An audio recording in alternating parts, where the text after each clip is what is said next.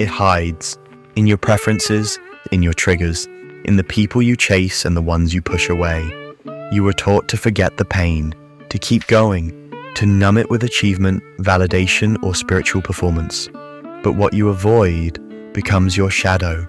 And the shadow doesn't just sit quietly, it acts. Without your permission, it chooses your lovers, it controls your reactions, it sabotages your peace, just to keep you safe from something you haven't faced.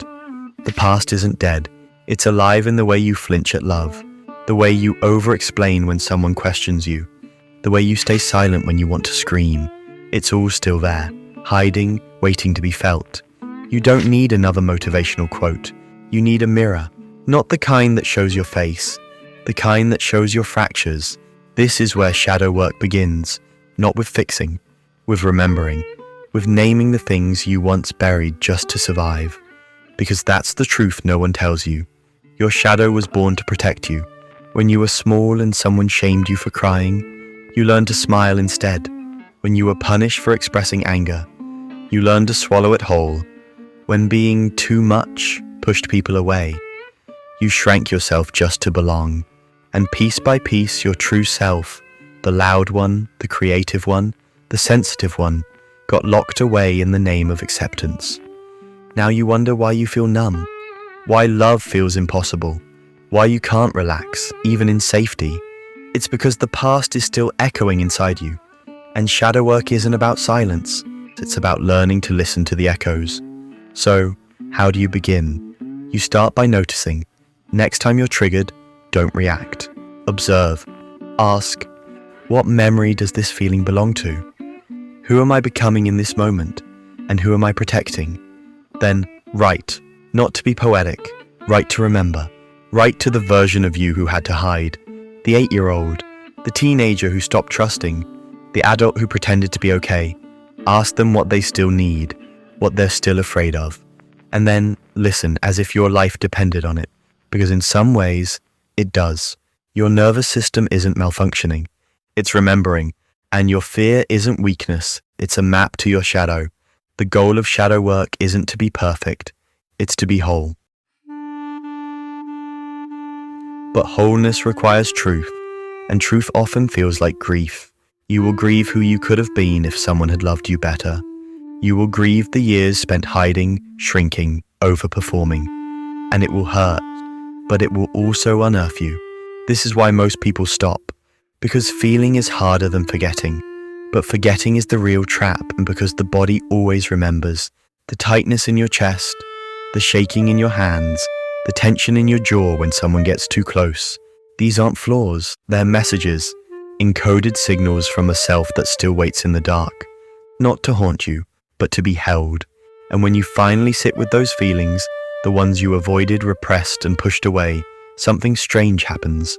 You begin to reclaim your power, not in loud, dramatic ways, but in soft, subtle moments.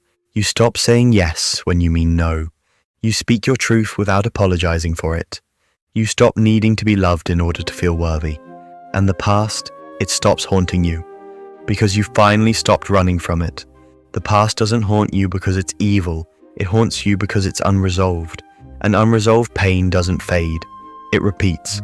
That's why you keep attracting the same kinds of relationships. Why you freeze in situations where you know you should speak up. Why you self-sabotage just when things begin to feel good. It's not fate. It's a loop. An unconscious pattern born from an unhealed story. And the loop continues until you stop. Not to fight it, but to feel it. Shadow work asks one question again and again. What have I abandoned in order to survive? It might be your voice, your softness, your anger, your sense of wonder, or your ability to trust. Whatever it was, it didn't disappear. It was buried. And what's buried doesn't die. It waits. So how do you begin the process of integration, of becoming whole again? Start small. Start in the places that make you uncomfortable. The jealousy you pretend not to feel. The judgment that comes too quickly. The part of you that always has to be right. The part of you that breaks things before they get too good. Don't shame these parts. Observe them. Because each shadow contains a truth and a gift. Your jealousy might point to a dream you've silenced. Your rage might be your boundaries trying to come back to life. Your numbness might be the final layer of protection from a wound you still don't feel safe enough to revisit.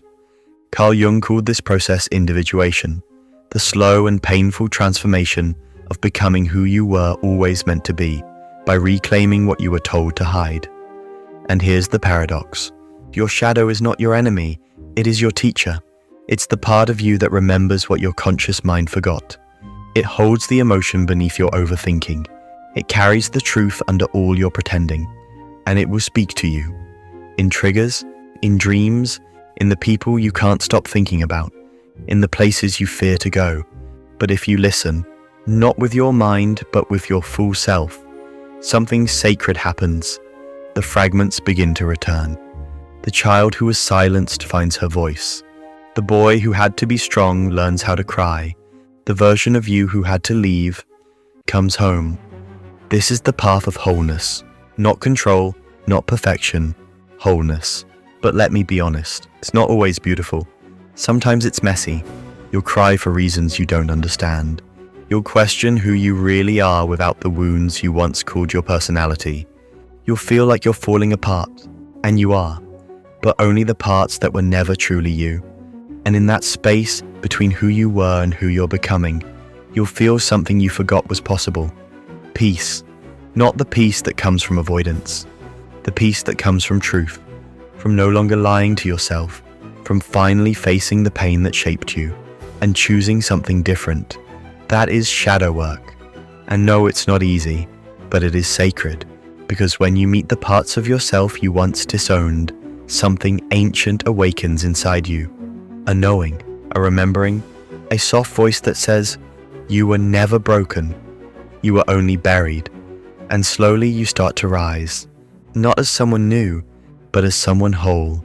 Books to go deeper. If this video spoke to something inside you and you're ready to explore further, here are a few books that will guide you gently but deeply. Owning Your Own Shadow by Robert A. Johnson. Short, accessible, and beautifully Jungian. A perfect beginner's guide. Meeting the Shadow, edited by Connie Zweig and Jeremiah Abrams. A powerful collection of essays on all aspects of the shadow self. Romancing the Shadow by Connie Zweig. Explores how the shadow shows up in love, desire, and identity. The Shadow Effect by Debbie Ford. A blend of psychology and practical exercises for everyday integration. The Red Book by Carl Jung for advanced readers. A raw, visual descent into Jung's own shadow. Not easy, but unforgettable. The past isn't dead, it's hiding inside you. And maybe now, you're ready to face it. Because healing doesn't mean forgetting. It means remembering with love, feeling what once felt unbearable, and choosing to live, not in spite of the past, but with it integrated, honored, and finally, at peace. This is the work. This is the path. This is your return to self. Welcome home.